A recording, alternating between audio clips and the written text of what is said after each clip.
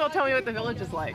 Oh, it's been amazing. We just got here last night, but we've been in Korea for about 10 days now, and I mean, it's been great. Like, everything is top notch. And Korea, they're very technologically advanced here. The floors are heated, so it's not like you're getting up on a cold morning. We're made in the shade, baby. That is fancy stuff over there. And I have to ask, speaking of your apartment, what I found really interesting is just the Korean culture in general and sort of how respectful they are. Before we let you go, I have to ask you the most important thing, the food. How's the food over there? 안녕하세요, 원다입니다. 시작 전부터 인권 탄압과 외교적 보이콧 등으로 잡음이 많았던 2022 베이징 동계올림픽이 개막 후부터 경기가 진행되고 있는 지금까지 연일 시끄러운데, 지난 평창올림픽에 취재를 왔었다가 행복한 웃음을 멈추지 못하던 캐나다 기자는 이번 베이징 올림픽에서 중국 당국이 그녀의 방 입구를 30분 동안이나 테이프로 막아놨던 사진을 게시하며 태어나서 가장 끔찍한 경험이었다고 고백했었죠. 또한 베이징에 도착하자마자 구급차에 실려 격리되었던 스웨덴 언론인 필립 카드도 정말 끔찍한 경험이었고 현실감이 느껴지지 않았다. 마치 호러 영화나 공상과학 영화를 보는 것 같았다 라고 말했었습니다. 또한 네덜란드의 공영방송국 특파원은 갑자기 나타난 중국 보안 요원의 제지에 의해 계속 카메라에 떠밀리는 황당한 모습이 방송에 송출되기도 했었는데요. 떠밀리면서도 계속 방송을 하려던 특파원은 결국 나중에 다시 연결하겠다는 말과 함께 카메라 밖으로 사라져 네덜란드에서 큰 파장이 일기도 했습니다. 미국 스키 선수는 경기 성적이 아닌 무사히 안전하게 살아서만 돌아가자는 마음이라며 베이징 올림픽은 바로 앞에 있었던 평창 동계올림픽과는 비교도 할 수 없을 만큼 끔찍하다며 방송에서 공공연하게 베이징의 현실을 폭로하기도 했습니다. 또한 러시아 여자 바이애슬론 선수 발렐리아는 소셜미디어 인스타그램을 통해 격리 호텔의 열악한 상황과 중국이 제공하는 끔찍한 음식을 폭로했었는데요. 위장에 탈이 났고 날로 창백해지고 있다. 모든 게 끝났으면 좋겠다. 매일 울고 있다. 이제 지쳤다. 아침, 점심, 저녁으로 5일째 먹고 있는 음식이다. 라며 탄 검은색과 흰색의 고기 약간, 감자, 파스타와 파스타 소스가 전부인 음식 사진도 올렸었죠. 그녀는 다른 음식은 도저히 먹을 수 없어서 파스타만으로 버텼다고 말했었습니다. 이런 베이징 올림픽의 모습과 달리 4년 전 한국 평창 올림픽에 참석했었던 선수들과 특파원들은 행복한 표정을 감추지 못하는데요. 선수들을 인터뷰하던 캐나다 기자의 즐거운 웃음소리는 멈출 줄 몰랐으며 캐나다 선수들은 한국의 모든 것이 최상급이라며 너무 좋다고 말합니다. 또한 선수촌에서 제공하는 음식과 바깥 식당에서 사 먹는 음식, 잠자리 등 모든 것이 환상적이라고 말합니다.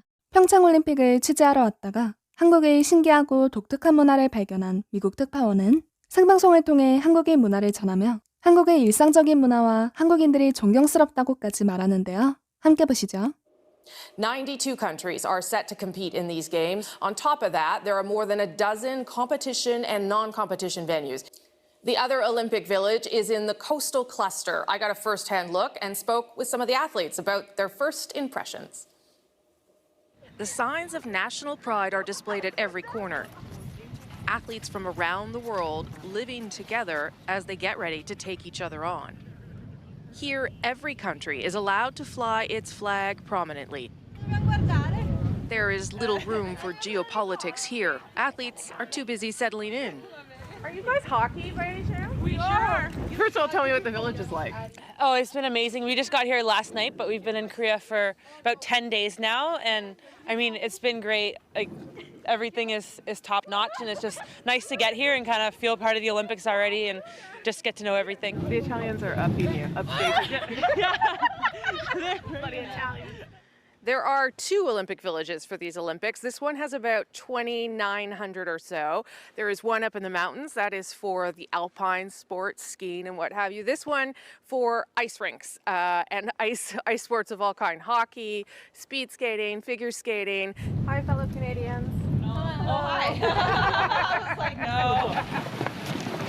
The village is under tight security, and normally media aren't allowed this close to living quarters except for this one day to try and keep athletes focused on the job at hand. While no one would let us in to see their rooms, they have no complaints. The best part of the athletes' village. Dining spot. I eat too much kimchi. How's the food and like the sleeping arrangements? And... Yeah, all awesome. Yeah, We actually have our own dining hall across the street, which is great. And the food here is good, but it's nice having like gourmet meals every time we want to Why do you have your own dining hall? Because we're spoiled. Oh, Hear that, Canada? Canadians Come are- on up. For everyone else, though, the dining hall caters to the thousands of athletes who can come here to refuel any time of day, serving Asian and Western food in huge volumes. For breakfast, there are about 800 people, and we served about 500 eggs today. Chef Uyong Yang is the man tasked with keeping everyone fed. You have a lot of Canadians here. What is their favorite food? 캐나다 사람들이 되게 많은데 그분들이 가장 좋아하시는 음식은 아무래도 스테이크라든지 카빙 요리도 좋아. I expected it to be bread, he says, but Western people like to eat a lot of ribs, Korean ribs. Okay, but my hair is blowing everywhere. It is a temporary home, to be sure, but one Canadians, at least, seem to be enjoying so far. We're just a day away now from the beginning of competition for the 2018 Winter Games in Pyeongchang. And we've got a lot of excitement happening today with our very own Paul Gerke coming to us live from South Korea. Paul has been able to track down some of the most unique and entertaining stories alongside these games. But first, we want to hear about Paul's experiences over in Korea. He's live from Pyeongchang for us tonight. This morning over in Korea. Paul, it's actually Thursday there, right? Mark, you've got the time difference figured out. I've been here for almost a week and I still don't have it down. 안녕하세요, Mark and Tram and Brandon. Good day here from Pyeongchang, South Korea. Yes, it is Thursday morning, which means we're actually just a few hours away from Olympic competition beginning. There are events that take place here before the opening ceremonies on Friday, and we're all ready to watch and cheer as Team USA goes for gold. But as you mentioned, Gerke's Gold. If you've been following along on that hashtag on Twitter and Facebook, I've been sharing some of my experiences here, some of the oddities I've come across in Korean culture, and I experienced one firsthand this morning. This energy drink, because I couldn't get coffee before my live shots today. I think it's an energy drink. It says drive your energy on it. I do feel slightly more energetic, so I guess it worked. I want to show you guys where I've been staying when I'm not here in the Gyeongnam Olympic Park. We're staying in the Media Village. It's about a 15 to 20 minute bus ride away, depending on how many times that bus stops. I'm sharing my somewhat Spartan apartment with two other roommates, one of our affiliates from St. Louis, one of our affiliates from Seattle. It's a twin bed. It's a very firm twin bed. But the nice thing about Korea is they're very technologically advanced here. The floors are heated, so it's not like you're getting up on a cold morning. It's like, I think it's like 10 degrees here right now, and putting your toes on a cold floor, it's nice and warm. We need to get that in the studio in Phoenix. So, Paul, do you have hot water? Because when I was in Sochi, it was another form of Russian roulette every morning whether or not we'd have hot water in the shower when we turned it on. Mark, not only do we have hot water, but there is a thermostat in the living room of my apartment where I can spin the dial and change the maximum hot water temperature. We're made in the shade, baby. That is fancy stuff over there. And I have to ask, speaking of your apartment, how in the world are you sleeping? Do you have that managed yet? Are you sleeping during the nighttime, what it is here in Arizona, the daytime there? I mean, what is going on?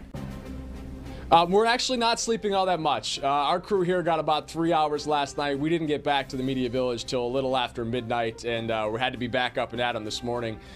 Sleep's not really something you do a whole lot at the Olympics, but fortunately, it's really cold, so that wakes you up. And the other nice thing about it is it's pretty exciting here. Like, this is the place to be. This is the center of international competition right now, guys. Okay, so what has impressed you the most besides the trash dispensaries that I saw on your Facebook? I don't know what video we have up right now, guys, but something I found really interesting is just the Korean culture in general and sort of how respectful they are. They're a very helpful people, and not just to other humans, to the environment as well. I ran across everywhere you go, there's these recycling bins, and it's not like the U.S. where it's like the blue bucket and the green bucket. There are usually 6 or 7 buckets for glass, for plastic, for aluminum, for vinyl, for paper waste. They take recycling really, really seriously here, guys. Paul, before we let you go, I have to ask you the most important thing. Not the recycling, not where you're living, but the food. How's the food over there? Mark, I'm not an adventurous eater, So I haven't tried any dried squid. I haven't eaten any live animals or anything like that. There's actually a lot of food that we would find familiar, though. You've all heard of Korean barbecue, obviously, but a lot of the dishes have a very American feel. And I don't know if they're catering to us foreign journalists here in the Olympic Park or if that's really what their diet is normally like. But when you're on the go, I'm eating a lot of granola bars and cups of coffee, to be honest with you. But if I try something good, I promise I'm going to post it online with that hashtag #Gurkey'sGold, and then you guys can make fun of me for how I don't like it. All right, tell B. Chang and Dave Schwartz we said hello.